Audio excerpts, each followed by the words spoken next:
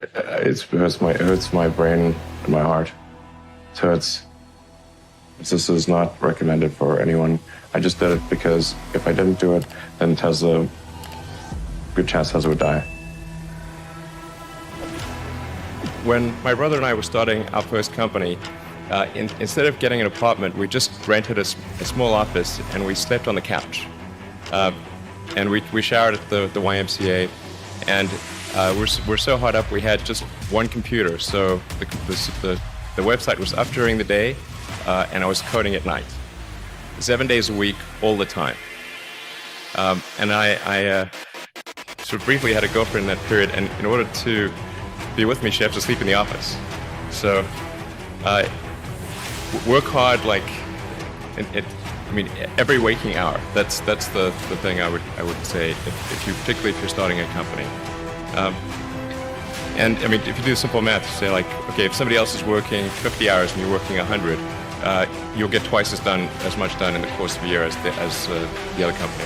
I mean, Tesla really faced a severe threat of death due to the Model 3 production ramp. Essentially, the company was bleeding money like crazy, and just if we didn't solve these problems in a very short period of time, we would die. And it was extremely difficult to solve them. How close to death did you come? Within single-digit weeks. 22 hours a day, or like what? How many? I was just working, so 7 days a week, sleeping in the factory. I worked in the paint shop, general assembly, body shop. Do you ever worry about yourself imploding? Like it's just too much? Absolutely. If you're creating a company or if you're joining a company, the most important thing is to attract great people. So either join a group that's amazing that you really respect, or if you're building a company, you've got to gather great people. I mean, all a company is a group of people that have gathered together to create a product or service. And so depending upon how talented and hardworking that group is and the degree to which they are focused cohesively in a good direction, that will determine the success of the company. So do everything you can to gather great people if you're creating a company. It's good to think in terms of the physics approach or first principles, which is, rather than reasoning by analogy, you boil things down to the most fundamental truths you can imagine, and you reason up from there. And this is a good way to figure out if something really makes sense, or if it's just what everybody else is doing. It's hard to think that way. You can't think that way about everything. It takes a lot of effort. But if you're trying to do something new, it's the best way to think. And that framework was developed by physicists to figure out counterintuitive things like quantum mechanics. So it's really a powerful method. It's just you have to apply a lot of hours to actually working. So the way I generally do it is I'll be working at SpaceX on Monday, and then Monday night fly to Bay Area, then Tuesday and Wednesday in the Bay Area, then at Tesla, and then fly back on Wednesday night, spend Thursday and Friday at SpaceX. In the last several months, then I would fly back here on a Saturday and either spend Saturday and Sunday at Tesla or spend Saturday at Tesla and Sunday at SpaceX. Just showing up is half the battle. Just, you got to try hard to do it, and don't be afraid of failure. You also need to be rooted in reality.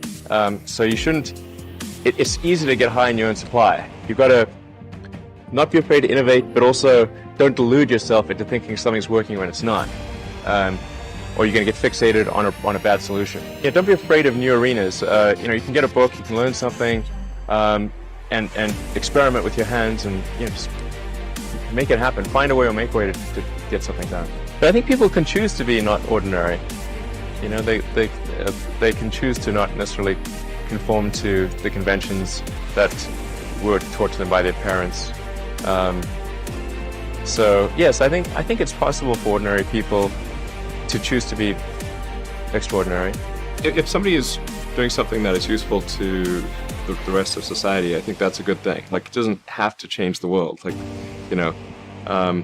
if you're doing something that has high value to people, if it has a small amount of good for a large number of people, I think that's fine. Like, Stuff doesn't need to be changed in the world just to be good. Being focused on something that you're confident will have high value to someone else, and just being really rigorous in making that assessment, because people tend to, a natural human tendency is wishful thinking.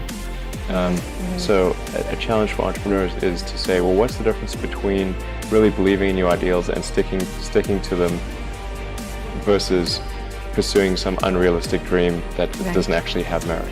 And that is a really difficult thing to tell. Can you tell the difference between those two things? Right. You know? So you need to be sort of very rigorous in your self-analysis. I think certainly extremely tenacious, and then just work like hell. I mean, you just have to put in, 80 to 100-hour weeks every week. But all those things improve the odds of success. Okay. I mean, if other people are putting in 40-hour work weeks and you're putting in 100-hour work weeks, then even if you're doing the same thing, you know that in 1 year you will achieve what they achieve. You will achieve in 4 months what it takes them a year to achieve. You construct this like there's this great holy grail potential in the future. You have to stay grounded in the short term. So because if you don't do things that pay the bills, you're not going to achieve the ultimate long-term objective.